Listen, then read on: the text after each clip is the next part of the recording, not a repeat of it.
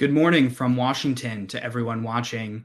My name is Jacob Stokes. I'm a senior fellow in the Indo-Pacific Security Program at the Center for a New American Security, where I lead our work on China. Thanks for joining this event to mark the release of a new CNAS report, Beyond China's Black Box: 5 Trends Shaping Beijing's Foreign and Security Policy Decision-Making under Xi Jinping. This report is part of a new election year initiative from CNAS that we're calling High Stakes: Preparing the Next President. This initiative will explore the most pressing national security issues that will face the next American presidential administration of either political party. Today's event will proceed as follows. I'll give a short presentation on the contents of the report, then we'll move to a panel discussion with experts, and we'll end with some time for questions from the audience. To join the chat or ask a question, go to the chat box at cnas.org/live or send your question on X, formerly known as Twitter, at the hashtag CNAS2024. With that, let's get started. China's foreign and security policymaking apparatus is often described as a metaphorical black box about which analysts know little. This is true to an extent, but at the same time, it's possible to develop a better understanding of the people, institutions, processes, and pressures that go into making China's policy toward the world during Xi's new era, that is, his time as the country's top leader. This report pursues that objective by identifying 5 major trends, mostly internal to the PRC party-state system, that shape its foreign and security policy decision-making. The paper then describes the effects that each trend generates, from bureaucratic incentives to behavioral patterns. I'll go through each trend briefly. The paper goes into great detail laying out the evidence underpinning each trend, so I'll just focus my presentation on the effects that each trend creates. So the first trend is personalization of the system around Xi Jinping. The paper argues that this reduces the influence of various interest groups and therefore the need to bargain with and among them. It raises the prospect of groupthink amongst the loyalists Xi has surrounded himself with, and also potentially increases the importance of achieving certain goals for China under Xi's watch. In addition, this trend creates Xi's centrality, creates a major management bottleneck that could hamper the system during even brief absences. The second major trend is empowering the Chinese Communist Party over the Chinese state. This trend has made more officials into policy implementers rather than policy makers, even on issues below the level of strategy. It's also increased central demands for ideological study, such as Xi Jinping thought study sessions. At the same time, while China's leadership wants to improve coordination and might be making some progress through organizations like the Central Foreign Affairs Commission, it stops short of actions that could allow government organs to really coordinate horizontally, if doing so might plausibly jeopardize the center's control and Xi Jinping's control. The third trend is domestic policy headwinds, including economic slowdown and the search for alternative forms of political legitimacy for the Chinese Communist Party. This creates 2 contradictory pressures. On the one hand, China reaching out and trying to improve ties with the world to attract and retain capital and technology. And on the other hand, China's turn to an assertive and at times even aggressive form of nationalism to counteract stalling economic growth.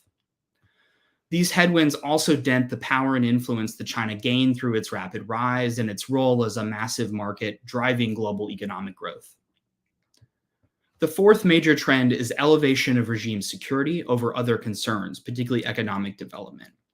The report argues that this trend negatively affects Beijing's ties with foreign countries by worsening the experience of foreigners visiting and living in China, by creating an export of China's repressive political ideas, techniques, and technologies to the world, and by complicating how China's foreign and security bureaucracy interacts with its counterparts, in part because they don't know who to invest in building relationships with amidst a changing leadership structure below Xi Jinping. The fifth and final trend is diplomatic and military assertiveness and seeking an active global leadership role. The report argues that this feeds a self-reinforcing cycle of growing tensions, that it requires PRC diplomats to shoehorn any activities into Xi Jinping's marquee frameworks, from the Belt and Road Initiative to the global security initiatives, and also leads China to build out structures of an alternative international order.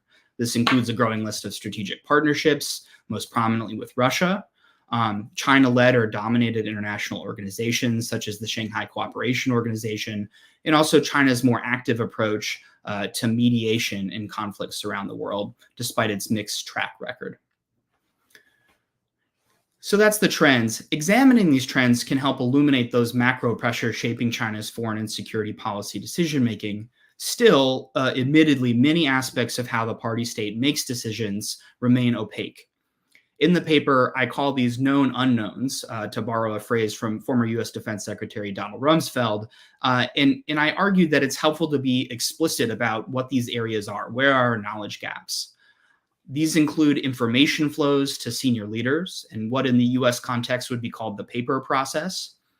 It includes the dynamic among Xi and his top advisors and exactly how that works. And it also includes the structure and frequency of important meetings and who participates in those, how they're staffed, etc. And I also argue that more information about those areas might shed light on larger knowledge gaps related to whether there are informal constraints on Xi Jinping's power, and if so, by what mechanisms they operate, and also how Xi Jinping is thinking about the eventual transfer of power, however far out into the future. Finally, the report argues that to better understand and respond to the intricacies of China's foreign and security policy decision-making, the United States and like-minded partners should take action across 7 areas. The first is to recognize that Xi's personal style and preferences are now the dominant factor shaping China's foreign and security policies, but how that reality manifests will continue to evolve. So we're about 11 and a half years into Xi Jinping's reign as China's top leader, and the situation has changed as Xi Jinping is reaching new heights of power, as his signature policies have had time to take effect for good. Sometimes they work and sometimes not. And as China's overall power trajectory is beginning to level off, if not decline. So the China of Xi's third term will be different than earlier periods. So that's number one. Number two, policymakers should track how trends shaping China's decision-making might affect the country's various bureaucratic institutions differently. So for example, we're seeing sort of an empowerment of the Ministry of State Security, China's foreign intelligence organization, while we're seeing a People's Liberation Army that on the one hand is getting more resources and relevance, but on the other hand, it's also getting much more scrutiny from the top leadership. Recommendation number 3, that leaders should anticipate uncoordinated Chinese actions, such as the 2023 spy balloon incident, as well as policies characterized by drift, followed by rapid shifts. And they should do so because they reflect structural features of the system. At the end of the day, coordination still has important limits. And so you see some lack of coordination. And in addition, you see that the incentives at the implementer level are often either to over-implement top-level guidance or to sort of do nothing to avoid getting blamed. And so hence you see shifts like we saw with the end of the zero COVID policy. Recommendation 4, call for policymakers to prepare for deepening policy contradictions alongside continued assertive nationalism from Beijing. Here, we see that Xi Jinping ostensibly provides what he calls top-level design for Chinese foreign policy, which should mean more coherent policy formulation. But in practice, that's often meant that the Chinese state and the party state often isn't hashing out policy trade-offs in a robust interagency process, and are therefore ending up with sometimes contradictory policies that are driven by more by slogans than by a detailed reckoning with the on-the-ground implementation realities. Recommendation number 5 is for U.S. policymakers to prioritize direct diplomatic interactions with Xi Jinping. And there's a couple of rationales here, but the main one is that there's no other way to be sure we can inject information, including key signaling, but also clearing up misperceptions into Xi Jinping's information bubble. And as he has more power in the system, but surrounds himself more with loyalists, we're likely to see that information bubble become more constricting. 6, I argue that U.S. policymakers should formally compare assessments of the PRC system with allies and partners. So here we recognize that China's foreign and security policy is going to function in one way towards the United States as a major power rival and competitor, and is probably another way towards every state in the international system. So everyone sort of has a piece of this puzzle, and we should do more to put them together to understand how the machine works overall. 7th, and finally, we call for developing contingency plans for different leadership succession scenarios. Here, call on the old aphorism from Dwight Eisenhower that plans are worthless, but planning is everything. And the idea is really to think through challenges that would come with Xi Jinping's leadership succession, however it happens, to think through those challenges in advance so we're not grappling with them for the first time as events unfold. So with that, that's the report in a nutshell. Readers will find much more detail in the complete version, which is available to download for free on CNAS.org. Now we'll move to the panel portion of the event. Before I introduce our speakers, I just want to remind everyone to put your questions in the chat on CNAS.org/live or use the hashtag CNAS 2024 to submit them, and we'll look forward to taking those questions later in the discussion. We're lucky to have with us a top flight group of experts to discuss these issues today. I'll introduce each of them briefly, and then we'll jump into a discussion. First, we have Rorry Daniels. Rorry is the managing director of the Asia Society Policy Institute, where she leads and oversees strategy and operation for ASPI's projects on security, climate change, and trade throughout Asia. She's also a senior fellow with ASPI's Center for China Analysis. She was previously with the National Committee on American Foreign Policy, where she managed the organization's Track 2 and research portfolio on Asian security issues, with a particular focus on cross-Taiwan Strait relations, U.S.-China relations, and the North Korean nuclear program. Her most recent research project audited the U.S.-China strategic and economic dialogue to evaluate its process and outcomes. So welcome, Rorry. Next, we have Amanda Hsaio. Amanda is a senior analyst for China at the International Crisis Group. She focuses on conflicts in which China plays an important role and developments in China's foreign policy that relate to conflict prevention and resolution. Prior to the Crisis Group, Amanda established and managed the Center for Humanitarian Dialogue's China program in Beijing, overseeing projects related to the South China Sea, U.S.-China relations, and China's evolving approach to conflict mediation. Before that, Amanda was a field researcher on the conflicts in Sudan and South Sudan for the Enough Project. Welcome, Amanda. And last but not least, we have Jude Blanchette, who holds the Freeman Chair in China Studies at the Center for Strategic and International Studies. Previously, he was engagement director at the Conference Board's China Center for Economics and Business in Beijing, where he researched China's political environment with a focus on the workings of the Chinese Communist Party and its impact on foreign companies and investors. Prior to working at the Conference Board, Jude was the assistant director of the 21st Century China Center at the University of California, San Diego. And his book is China's New Red Guards, The Return of Radicalism and the Rebirth of Mao Zedong, which was published by Oxford University Press in 2019. Welcome, Jude. So I want to start off this panel with a fairly broad question. So as you talked about a little bit in discussing the report, we've seen China's foreign and security policy evolve over the 11 and a half years under Xi Jinping. Broadly speaking, what do you all see as areas of continuity? And where do you see as important continuity? And where do you see as areas of important change? Rorry, perhaps I can go to you first.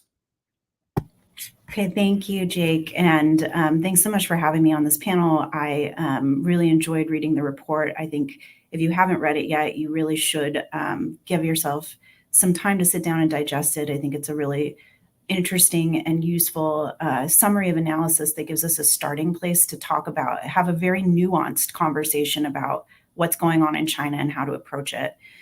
So in terms of continuity and change in the Xi area, I really think the areas of change that I see most dramatic are access and influence in the policymaking decision chain. As decision making tightens around Xi Jinping and a few of the people who are closest to his inner circle, access and influence has waned and changed for other actors in the Chinese system. And this difference of access and influence makes it harder to kind of assess how to approach China in the Xi era, because it is constantly changing and it's pretty opaque. And it's created a bit of a feedback loop with Xi Jinping and the parties, the top party leadership's expectation for how China should use its power in the world and how that power should be perceived. I think that, there's a sense among those top leaders that a bigger, stronger China should be able to exert its power in the Indo-Pacific and the developing world. And there's also a sense that keeping China strong requires big systemic changes. So the biggest area of continuity I see is that those systemic changes are very, very difficult to enact and make sticky. Whether it's moving up the economic value chain, so encouraging people to, have more household consumption and less savings to move into the capital market, to diversify industry, to grow the private sector. That's been a huge area of continuity for China that its leadership would like to change. Reform of the international system as well, the ability for China to exert influence in the international system and to shape standards favorable to its interests is another area where China's leadership really wants to see more systemic change. And then finally, I think rooting out corruption is a big part of this. And, the corruption campaign, which I think is a major area of change in the Xi Jinping era, has to some extent been enacted in order to manage real problems with corruption in Chinese society and in the Chinese domestic political economy. But it's also been used at times to shape that political environment, to shape that access and influence environment. So what has mostly changed is the style of leadership. The kind of underlying problems and priorities, I think, are pretty continuous. And the problem is that it's really not working for Xi Jinping. He's not been able to, at least in the short term, use this change in style to affect those bigger, larger systematic changes. And there's pushback everywhere. I mean, there's pushback among U.S. allies and partners in the Indo-Pacific to some of China's expanding national territorial interests, maritime territorial interest. There's pushback inside the system as officials want to kind of continue doing things the way they've always been done, as local governments continue to hold debt and a lot of bad debt, as the property sector continues to be a place for household savings. And even as young people decide to opt out of the system in their own ways by lying flat or not having babies, even though the Chinese government has encouraged full employment and a more robust, population demographic system. So the net effect of all of this is a China that's got an extremely tight political environment, a sense of dissatisfaction at the top, and therefore a bit of path dependence towards tightening control of the system in order to make these big systemic changes. And the long-term question and challenge is, will it work? Will over the long term, will this change in leadership style endure in ways that actually help China reach its systemic changes and goals? Thank you, Roy. There's so much there. There's really comprehensive answer. Amanda, I wonder if I could turn to you for your take on this question of continuity versus change. Yeah, sure. Thanks, Jake. And just to echo what Rory said, your report really addresses, I think, some of the most important questions that this community should be asking. And I think part of the beauty of this sort of research is it unearths a lot of the other questions that we just simply don't have answers to right now. So congratulations on that. I approach this question slightly differently. I agree a lot with what Rory said, but in terms of continuity, I think we've seen more continuity than change in Xi Jinping's approach, at least at the strategic level. When we look at a number of key elements in terms of China's strategic objectives or their assessment of the external environment, there's a lot of continuity there. So whether that is this consistent linkage between, China's pursuit of national rejuvenation and the way it links with a more amenable external environment, right? That is a constant trend. This assessment of the long-term trajectory of the world, this view that the world is essentially in a period of transition, right? Moving from a unipolarity with the US at the top towards multipolarity, what the CCP likes to call the basic trend, which is in large part, driven by China's accruing power and declining US power. And this idea that how China plays its cards during this transitional period will really determine, right, how quickly it reaches rejuvenation, or even whether it can reach rejuvenation. I mean, that's a through line, I think, in these sort of 11 years, right? And another one would be just a very hostile and skeptical assessment of US and Western intentions, which, leads to this idea that China is in a long-term struggle, with the West, which then leads to this, I would say, a particular hallmark of Xi's foreign policy, which you lay out in the report, which is the idea that China has to be more proactive in the defense of its sovereignty and its territorial integrity. And the idea really that regardless of how cooperative China seeks to be with its neighbors and with its major powers, that this cannot come at the expense of the defense of its core interests. All right. And so we've seen here increasing uses of coercion and force under Xi Jinping. I think where we see the most change, I would call those maybe tactical shifts rather than shifts in overall strategy or ideology. Of course, there's been a bit of a shift in the assessment of the international environment, right? China used to assess that it was simply in an era of strategic opportunity. Now assessments include both this idea that it's one of opportunities and risks, right?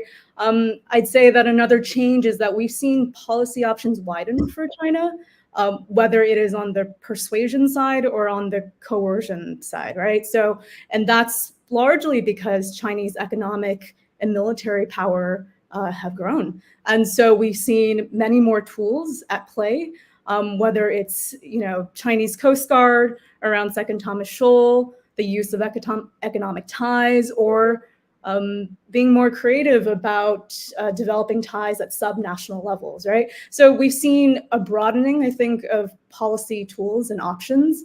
And I think maybe just a final note, I think China's initiatives have become more explicitly global. At the beginning of Xi's era, China was, I think, always alluding to the idea that it sought a fairer or more equitable world. But obviously over time, we've seen the emergence of more explicit global initiatives. Yeah, thank you. That's really useful set of views. Jude, I wonder if I can go to you for your take. I'm not really sure I have much to add to this after those two great set of remarks. And the beauty of going last is I can say I associate myself with those remarks without having needed to think of them. So no, I think that's all correct.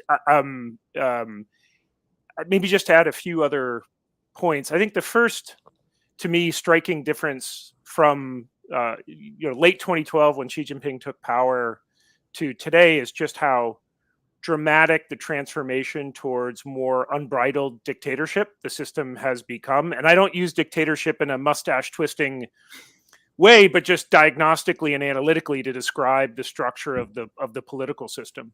I'd welcome a better word than dictatorship, but we're clear, Jake, as you write about in the report, whether it's dismantling de jure and de facto limitations on the top leader's power through term limits on the office of the presidency in 2018, new accountability systems within the CMC and the Politburo, which tie individuals more clearly to the personage of Xi Jinping, elevation of his personal authority and ideology within the system, as both Amanda and Rorry have mentioned, China has always been autocratic, but a much tighter political system now, constricting civil society such as it was, rewiring the incentive structure for cadres up and down the system, sort of more tightly binding it to Leninist discipline, anti-corruption campaign, which is still rolling and evolving and will always be there because it's both, I think, functionally useful for Xi Jinping, but I think he also sees it as necessary because the system still does have, by their own political logic, far too much autonomy for actors in the system. So, I mean, all this is heading in a very, very dark direction. And before, the way you would get transitions in the system is through changes in leadership. And, we had this in 1976 with the death of Mao, and then poor Hua Guofeng as an interregnum, and then Deng Xiaoping. We had this again starting in the early 1990s, just after 1989, but throughout the 1990s as Jiang Zemin consolidated power and sort of took it in in the model of seeing a sort of softer authoritarianism as China entered the WTO, and then again under Hu Jintao. And the problem now is, especially by US presidential standards, Xi Jinping is a sprightly 71, or he will be in June. And so I think we have to expect that he's going to remain in office as long as he can, which the actuarial tables would put that certainly for another decade or so. And so just the profound change in political direction that has occurred over the last 11 and a half years, I see no endogenous force which is going to provoke a shift in trajectory that's going to sort of bring the system back from where it's heading now, which is toward, again, this more sort of unbridled dictatorship. And I think you talk a lot about this in the report, Jake. And so I think the real imaginative leap that I can't quite make yet is, what does this system look like in another 8 or 10 years? And a final thought on this is, I think the worsening geopolitical environment around China, much of which is provoked by China's own behavior and concerns that are growing in the region, but nonetheless, China's perception of a increasingly fractious geopolitical environment, which is showing up, as Amanda mentioned, in their highest level assessments like the 20th Party Congress work report. The worse the geopolitical environment becomes, the more I think it reinforces for Xi Jinping and the system that the course they're on now is correct, right? You're going to need to double down on fortifying your economy in the face of what you see as a U.S. economic containment strategy. You're going to continue to need to bolster the capabilities of your armed forces to be able to deal with this much more intense military competition in your immediate backyard. And then, it's something we haven't talked a lot about, but the dramatic buildup of a domestic national security administrative state under Xi Jinping starting in 2013, early 2014. I think it just sort of reinforces the necessity of continuing to build this fearsome national security state because of all the challenges you're dealing with, one of which is sort of a slowing economy, which creates all sorts of ripple effects in terms of perceptions of social stability. So that, I think, will probably be the big continuity moving forward, is whereas you'd like to think that failure would provoke a rethink of political trajectory, I just think that's not likely. And so it's just going to be essentially a doubling down of where we're heading now. Yeah, thank you, Jude. I agree with that. And I think it raises a subsequent question, which is, since the 20th Party Congress back in October of 22, Xi Jinping has surrounded himself with what I use the term loyalists in the paper just to try to kind of use the plain English term. We can debate whether they're loyalists or not, but I think it kind of raises the question that you're saying about what type of advice Xi Jinping might be getting from his inner circle about the nature of the international environment, the role that China's own behavior plays in driving tensions or not, and how to respond. It seems like our base case given the people that she's surrounded himself with, is that he's probably receiving some advice that's pretty sycophantic and probably more or less being told what he wants to hear. But I think another model is theoretically possible for a group of figures whose overarching political agenda is the same, basically to support the Xi Jinping project. is it possible there's more room for them to debate the best way to carry out that agenda internally, given that they're kind of all in the same boat politically? And do we have kind of good evidence either way? Jude, maybe I'd go back to you on that, but I'd be curious what Rorry and Amanda think as well. Only, Jake, because you and I talked about this literally yesterday as we recorded a podcast about your report. I mean, my first contention is I think every organizational structure is on a continuum of dictatorship in terms of information that gets to the leader. I've worked in the private sector my entire life. I think every single entity is a version of this, where leaders of organizations have to work hard to get accurate information because the incentives are to basically affirm what you think your boss wants to hear.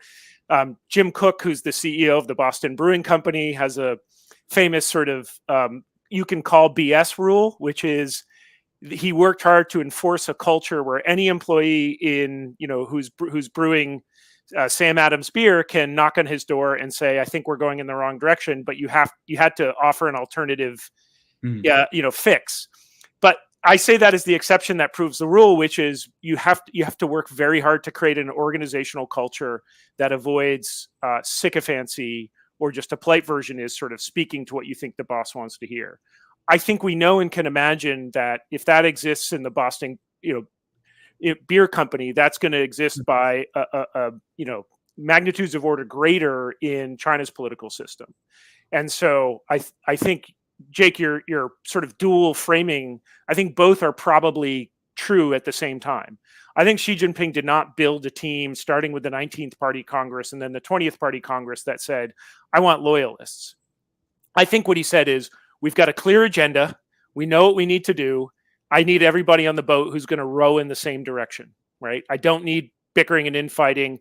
And I've been able to reach escape velocity in ways that Hu Jintao and Jiang Zemin didn't, where I don't have these party elders breathing down my neck, constricting my bound of action. So I want a team that moves in the same direction. So I think that's what he thinks he's doing. The problem is, I'm sure that we have, because these are people who have in many ways owe their career to Xi Jinping, people like Cai Chi, who have no business being that high in the party hierarchy if it was based on the normal meritocratic sort of escalator. I'm sure understand that they serve at the pleasure of Xi Jinping. And so therefore, marshaling information that carefully aligns with what you think Xi Jinping wants is probably the norm in the system. And so is he hearing heterodox views? Maybe one of the values of having someone like Li Qiang, who's very close to him, or a Cai Chi or Ding Xuexiang, is that they have the trust to be able to sneak in bits of inconvenient information because, they have a close relationship. But I suspect it's probably more of the former, which is we have a very sort of maladapted information ecosystem that's not giving Xi Jinping sort of a full range of opinions on issues. That's great. Rorry, Amanda, either of you want to come in on this question? Sure. I think, we don't have really good evidence of how information flows in the Chinese system right now. We can only infer from what we know our Chinese interlocutors tell us and what we can see, which is to say, again, that the political environment is very tight, and there probably is some version of a game of telephone happening as information flows up and down the system.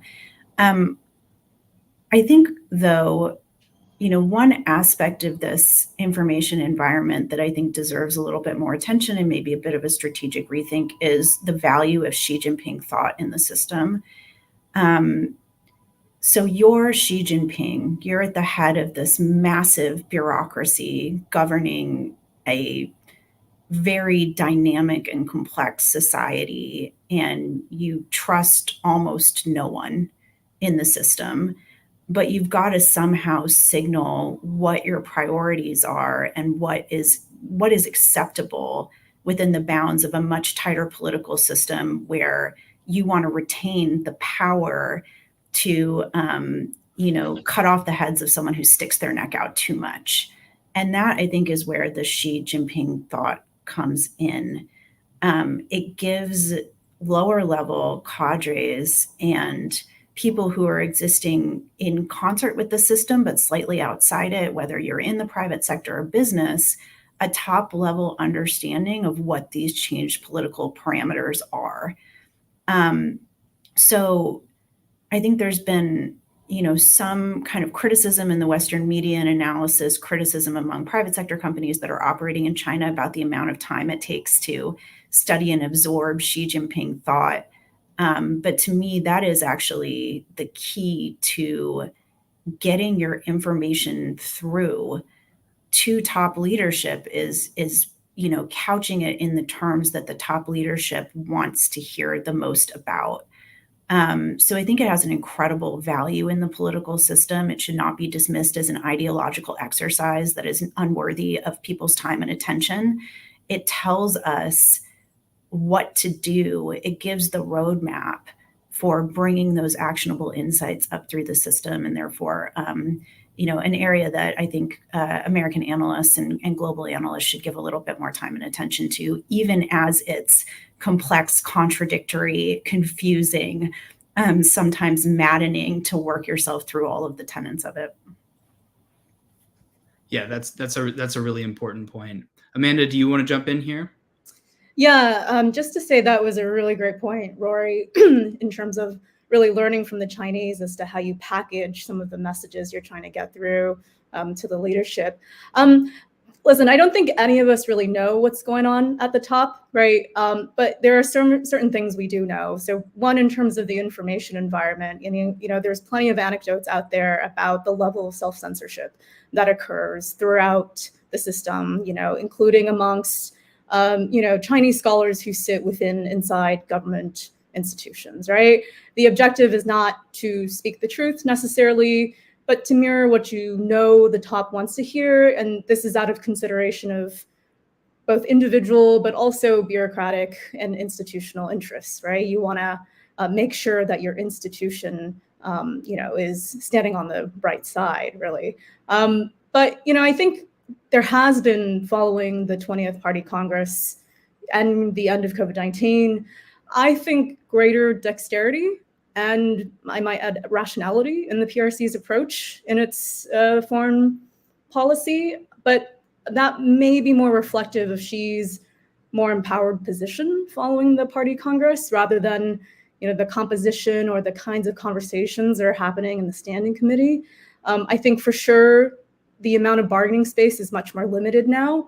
But I think that even if the committee is entirely composed, and it is composed of Xi loyalists, there will always inevitably be some degree of competition and clash of interests. And it's not just about jostling for power. I think some of it is simply because each of the men are tasked to represent different policy interests, and with it, the sort of institutional interests that come behind those sorts of policies, right? So whether it's Li Cheng in terms of economic growth or Tai Chi on the security side, right? There's a natural sort of clash in terms of, what those dual policies are trying to achieve at some point, right? And so I think given that, we know that there's at least some level of, division and clash of interests, even if it is within much smaller, I think, parameters under Xi.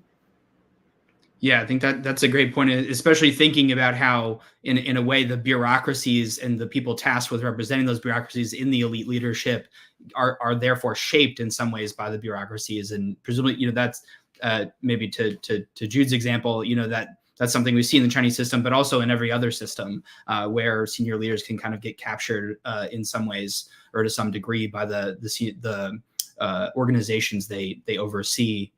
I think this also relates to another question about what has been the effect of China's domestic economic slowdown on Beijing's approach to the world. I mean, I think that this has been a pretty important, we can debate how structural this shift is, but if the old narrative was primarily about China's rapid rise and the kind of unstoppability of it, it's really put that's kind of shifted.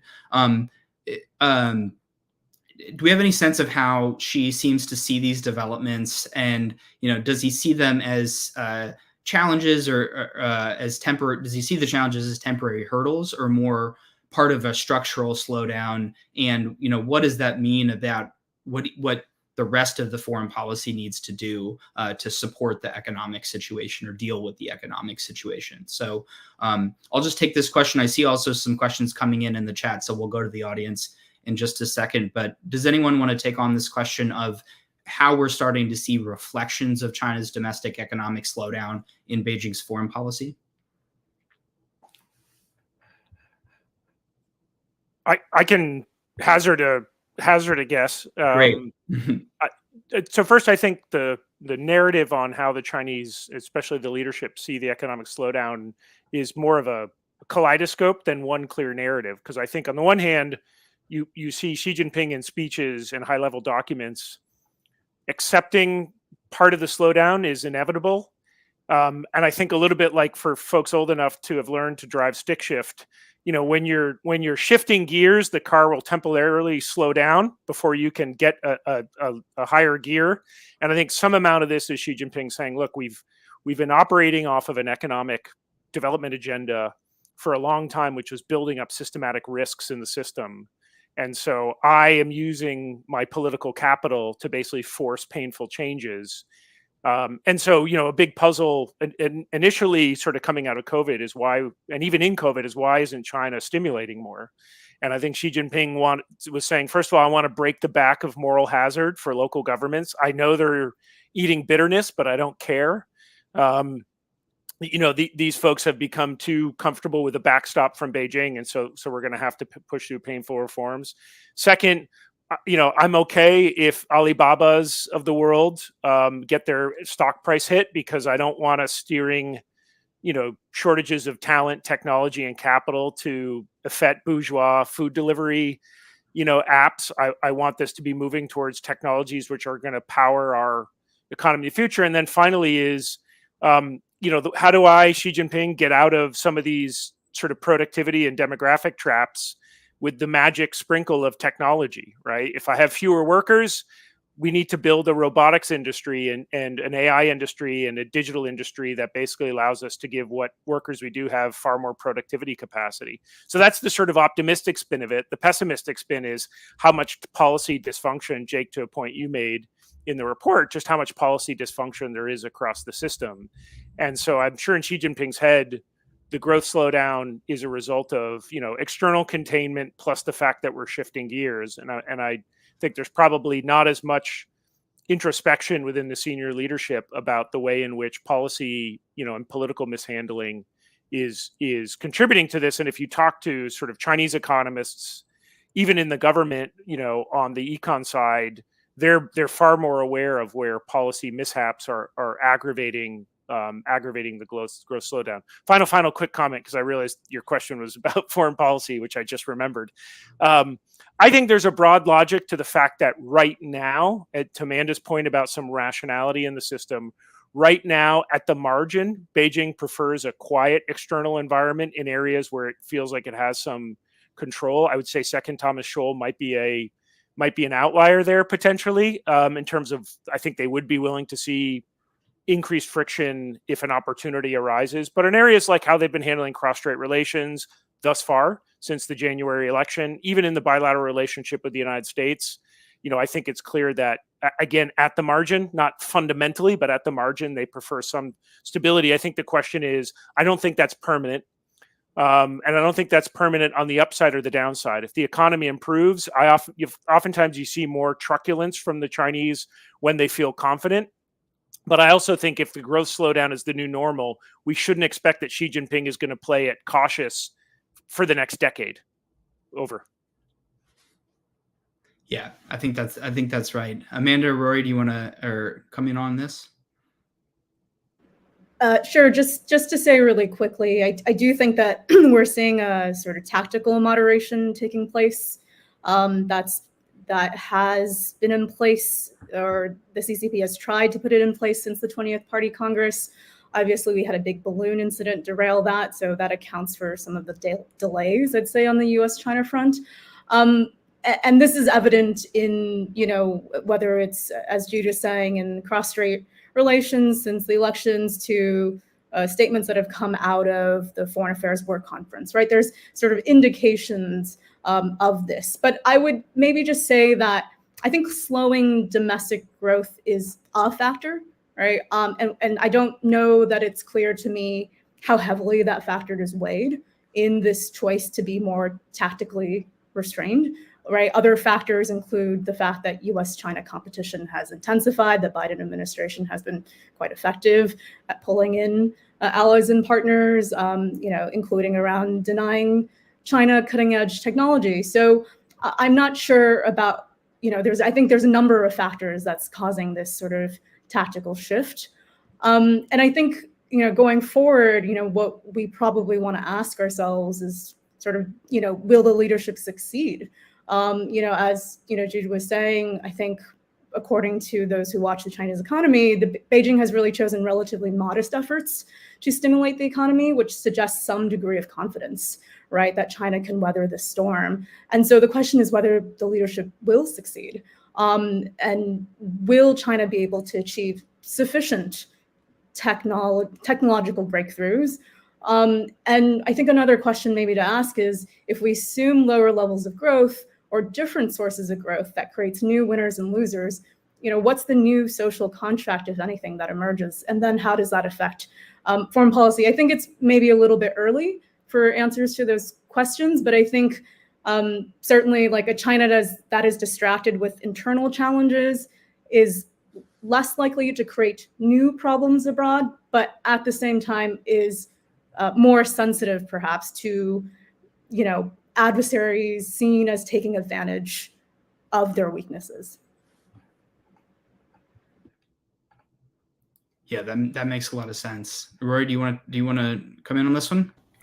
Maybe just very briefly, I think that it can sometimes be really confusing to look at Chinese foreign policy decision-making over time because it operates on a fair amount of inertia.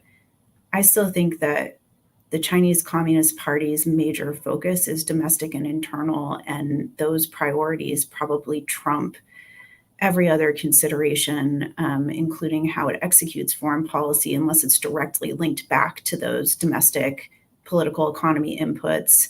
For example, Belt and Road projects that create the necessary inputs for manufacturing in China to then sell to the developed Western world and accrue, finance and economic benefit back to China. It seems to me that China, that the leadership style and the foreign policy decision-making style is to kind of wait for the crises to develop out of that foreign policy inertia and then make big decisions. I think there's clearly been a big decision in the last 2 years to try to improve the relationship with the US. And that probably came out of many different moments of crises. But it seems to me that crises and events tend to drive major shifts in foreign policy.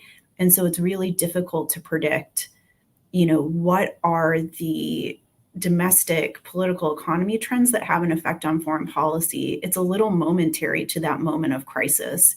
I think at a moment of crisis, Xi Jinping and top leaders sit down and say, hey, what's going on? How do we kind of shape it? Then they come out with big sweeping directional changes that are then implemented by the foreign policy and policymaking bureaucracy.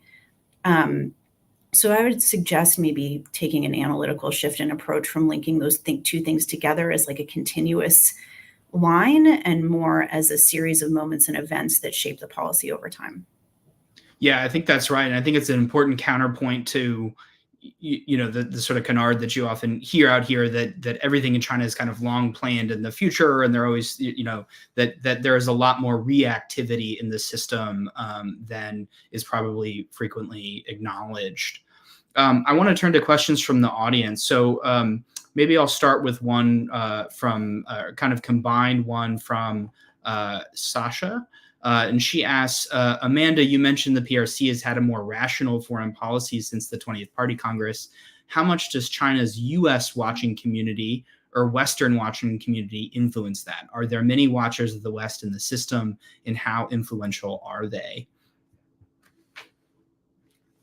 So the answer to that is yes, there are many America watchers across China's systems. The second question is much harder to answer.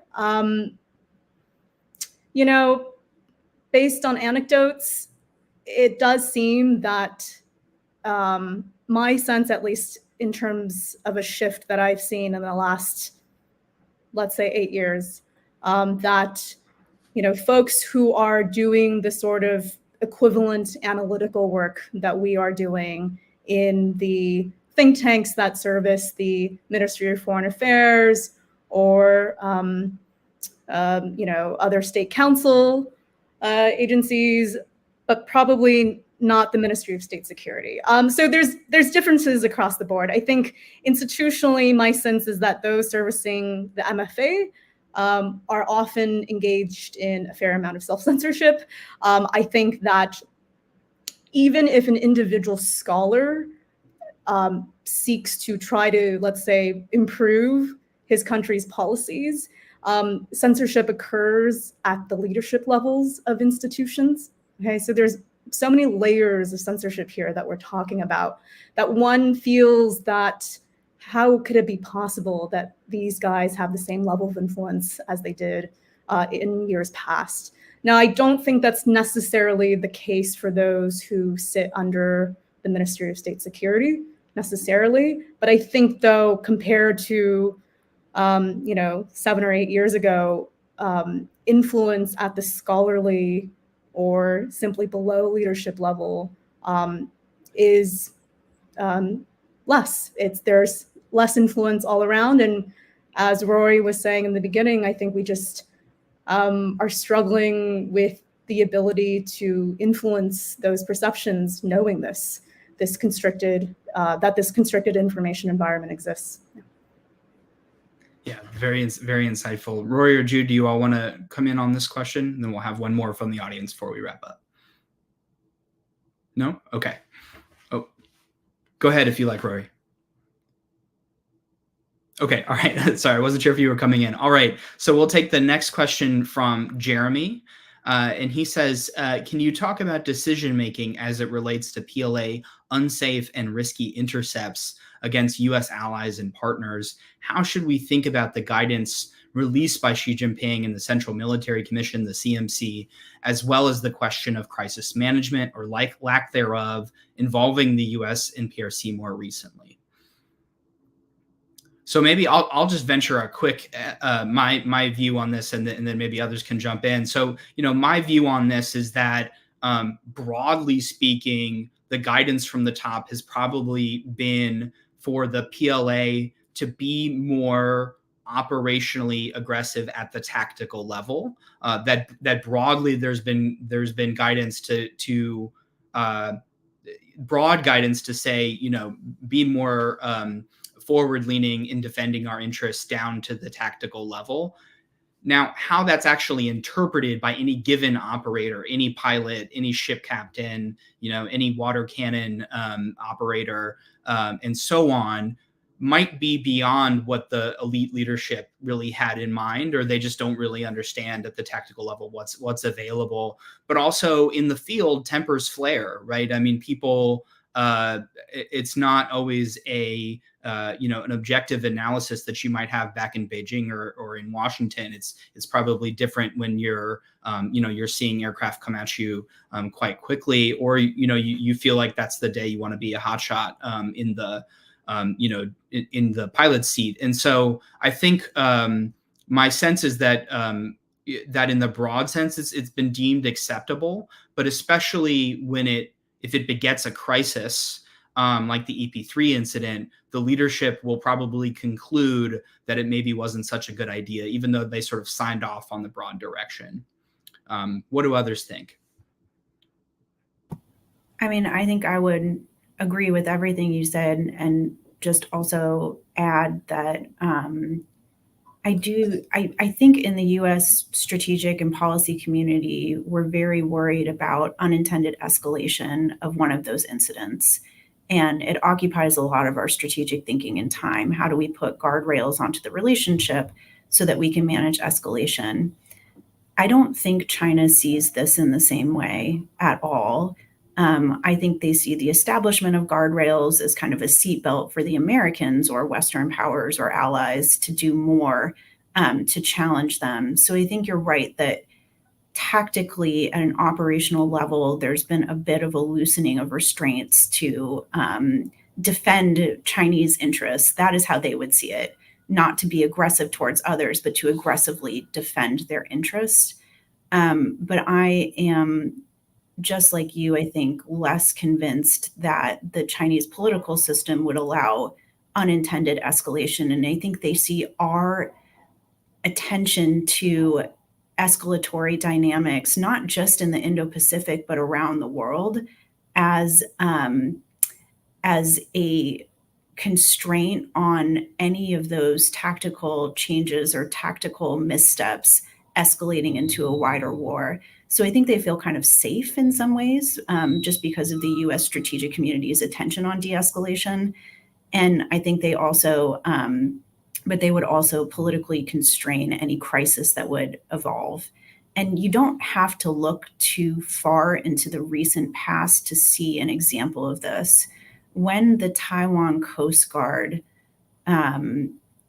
accidentally hit a PRC national boat and killed 2 PRC nationals, captured 2 others, there was not an immediate escalation of crisis. The political directives, I think, overwon the day, and there was a pulling back, and even in a very sensitive area with very sensitive incidents happening. So I think that is probably the pattern of behavior that we'll see in the current era until the guidance changes. Yeah, I think that's right. Anyone else want to jump in on this last point, and then we'll wrap it up? No? Just to say really quickly, I agree with all that, but I guess maybe a way of turning it around, as Rorry was saying, the Chinese mindset on this is just fundamentally really different from the US's. In the Chinese conception of crisis management, it doesn't exclude escalation or, risky maneuvers. In the sort of Chinese conception of crisis management, sometimes escalation or a greater show of military strength is needed to control and stabilize a burgeoning crisis, right? And so we've seen sort of writings on that, and we see it in the ways in which China is utilizing heightened risk, whether that's Taiwan or Second Thomas Shoal, to signal costs to an adversary or to a target government. Yeah, I think that's right. And even when crises are de-escalated over time, there's often kind of a structural incremental price that's paid, as you said. Even I think in the Kinmen incident of recent, that's happened over this year, you've seen a more aggressive operational pattern in the vicinity of the archipelago. Even though the immediate crisis was de-escalated and was probably from the guidance to wait at least until May, until we see the incoming Lai administration, and then probably test them there in Taiwan. So we'll have to wrap it up there. Thank you so much to Amanda, Rorry, and Jude for joining the event and sharing just incredible insights with us. Thank you to everyone in the audience for joining us today and for sharing your questions. Once again, the report is Beyond China's Black Box: 5 Trends Shaping Beijing's Foreign and Security Policy Decision-Making Under Xi Jinping, and it's available for download now at cnas.org. We will see you next time. Goodbye.